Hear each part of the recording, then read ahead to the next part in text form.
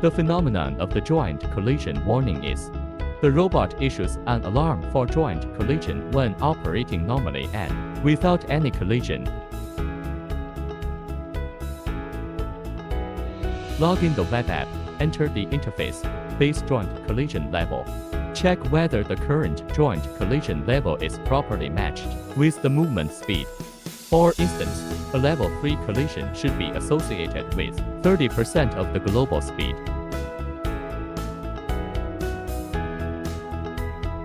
When dragging the robot's joints, check the feel of the joint movement.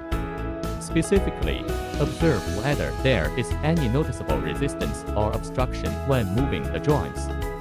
Significant force or resistance may indicate mechanical issues such as joint friction, misalignment, or other potential hardware problems. In the maintenance mode interface, make a small adjustment to the dynamic feed-forward coefficient.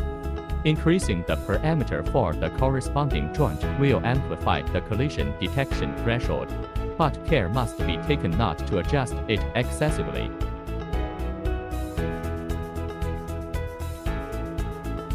During a power outage, remove the back cover of the faulty joint. Disconnect the power terminal and communication lines in, out. Restore power. Press the drag button and rotate the faulty joint to check if there is any resistance while turning. If the robot still cannot move or experiences abnormal resistance during movement after pressing the brake release button, please contact customer support for return and repair.